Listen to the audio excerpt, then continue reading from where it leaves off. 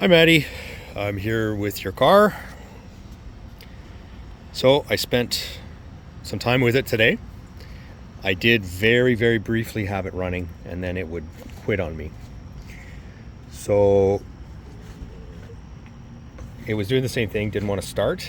As I said, it wasn't building fuel pressure. So I verified that we had fuel from our low side. So I had the filter out, made sure that fuel was flowing, but we had lots of smoke coming from the engine.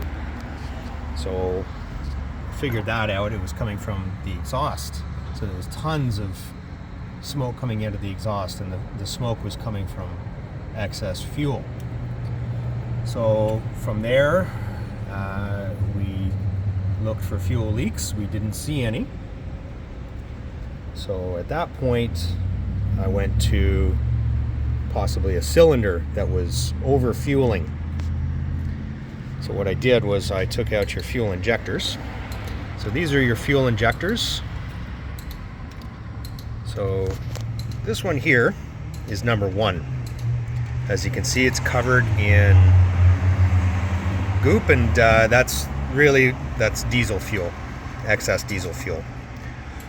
So I cranked it over, and that cylinder 1, which is over here, a bunch of diesel fuel came out. So what that means is this injector is running continuously, flooding that cylinder and not allowing the system to build up pressure, because that one is just bleeding away all the pressure. So it won't run properly.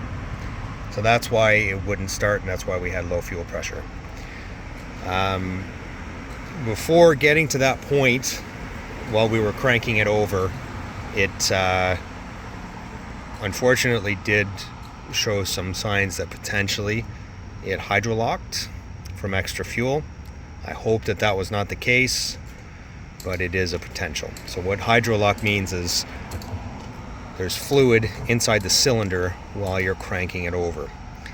And if that happened, there's potential engine damage from that happening. So I would hope that that was not the case, that we didn't have engine damage, but we won't know until we put it back together with a fresh injector. So I'll look into getting you an injector, and then we would have to put it all back together and fire it up and see if it's made any difference, and see if we have a mechanical failure. That also may have been causing your vibration, your initial vibration, if that injector was leaking fuel into the cylinder, improper combustion. Okay, so that gives us somewhere to go from here on. Okay, talk to you soon.